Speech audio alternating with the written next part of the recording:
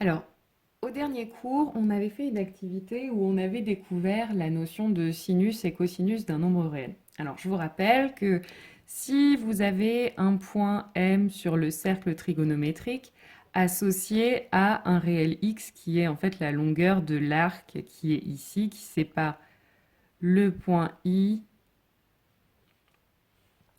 du point M, donc longueur x, eh bien, on avait défini le cosinus de x comme l'abscisse de ce point M et par sinus x l'ordonnée de ce point M. Alors, il est clair que comme le point M se déplace sur le cercle trigonométrique et que je vous rappelle qu'ici le cercle trigonométrique a pour rayon 1, donc vous avez ici 1 et ici moins 1, le point M va se déplacer sur le cercle, donc clairement l'abscisse du point M ne va pouvoir se trouver qu'entre moins 1 et 1. Donc le cosinus de x va être compris entre moins 1 et 1.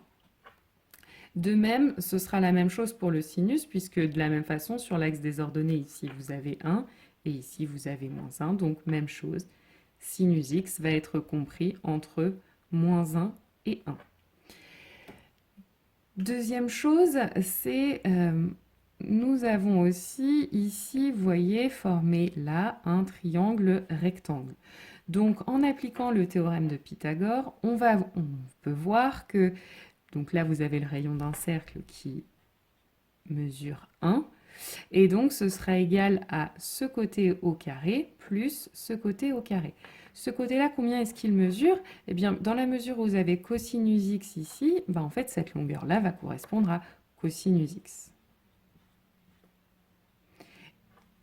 Et cette longueur-là, elle, va correspondre à sinus x. Donc finalement, ce qu'on peut retenir, le au carré ici, il est un peu optionnel. Ce qu'on peut retenir, c'est que donc cosinus au carré plus sinus au carré d'un nombre réel donnera toujours 1. Donc maintenant, tout ce qu'on a vu, on va le récapituler dans une feuille de cours. Donc, cosinus et sinus d'un nombre réel. Définition. Soit x un nombre réel et m son image sur le cercle trigonométrique. Donc, il y a mis ici. L'abscisse du point M est appelée cosinus du réel x et son ordonnée est appelée sinus du réel x. On les note cos x et sin x. Ensuite, quelques propriétés. Donc, pour tout réel x, le cosinus de x est compris entre moins 1 et 1. C'est ce qu'on vient de dire. De même, sinus x est compris entre moins 1 et 1. Deuxième propriété, pour tout réel x, x au carré, cosinus x au carré plus sinus x au carré est égal à 1. Encore une fois, on vient de le redire, c'est le théorème de Pythagore. Maintenant, dernière propriété, on a vu que si le point M correspond à un réel x, eh bien, je vais pouvoir enrouler ma droite réelle autant de fois, d'autant de tours que je veux, je retomberai encore sur le point M. Je vous rappelle qu'un tour de cercle correspond à 2π. Ça veut dire donc que tous les réels qui vont s'écrire x plus 2π, c'est-à-dire x plus un certain nombre de tours de cercle, vont évidemment avoir la même abscisse que le point M. Autrement dit, cosinus de x plus 2π va être égal au cosinus x. De même pour les sinus, étant donné qu'on reviendra sur le même point après un certain nombre de tours de cercle, eh bien le sinus de x plus 2π va être égal au sinus de x pour k entier. Alors, on avait aussi vu dans cette activité le sinus et le cosinus d'un certain nombre de valeurs.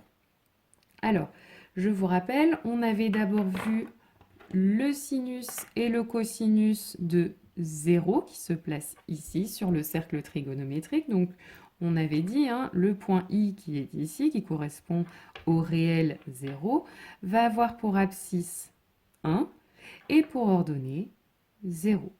Donc, dans la mesure où l'axe des abscisses correspond au cosinus et l'axe des ordonnées correspond au sinus, eh bien ce qu'on en déduit, c'est que le cosinus de 0, c'est 1 et son sinus, c'est 0.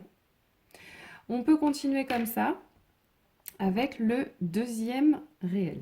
Donc, deuxième réel qu'on a vu, c'est celui qui se place ici, c'est pi sur 6. Pi sur 6, lui, on a vu dans l'activité que son abscisse, c'était racine de 3 sur 2. Et son ordonnée, c'est 1 demi. Donc, pi sur 6 va avoir pour cosinus racine de 3 sur 2 et pour sinus 1 demi. Je continue. Le réel qui se place ensuite, c'est pi sur 4. Pi sur 4, on a vu qu'il avait pour abscisse racine de 2 sur 2 et pour ordonnée racine de 2 sur 2. Donc, le cosinus de pi sur 4, ce sera racine de 2 sur 2 et son sinus, racine de 2 sur 2. On avait ensuite vu le réel qui se place ici, c'est pi sur 3. Son abscisse, on avait dit que c'était 1 demi. Son ordonnée, racine de 3 sur 2. Et donc, pi sur 3 a donc pour cosinus 1 demi et pour sinus, racine de 3 sur 2. Enfin, le dernier réel qu'on place ici, c'est pi sur 2. Ce point a pour abscisse 0 et pour ordonnée 1. Voilà pourquoi pi sur 2 a pour cosinus 0 et pour sinus 1. Alors, toutes ces valeurs peuvent paraître un petit peu difficiles à retenir, mais je vais vous donner une astuce qui peut vous servir, puisqu'évidemment, ce tableau de sinus et cosinus, il faudra le connaître par cœur. Alors, pour 1, en fait, l'astuce, c'est 1, vous savez, on peut le réécrire racine de 4 sur 2. Racine de 4 sur 2, racine de 4, ça fait 2, 2 sur 2, ça fait bien 1. Même chose, 1 demi, je peux le réécrire racine de 1 sur 2. Et 0, je peux le réécrire racine de 0 sur 2. Et de cette façon, vous voyez que en ordonnant bien les valeurs sur le cercle trigonométrique, donc 0, pi sur 6, pi sur 4, pi sur 3, pi sur 2, comme je l'ai fait dans le tableau, vous apercevez que les cosinus, en fait, ils s'écriront toujours de la même façon. Une racine en haut est divisée par 2. Et vous commencez à racine de 4, ensuite racine de 3, racine de 2, racine de 1, racine de 0, à chaque fois divisé par 2. Et pour les sinus, c'est le contraire.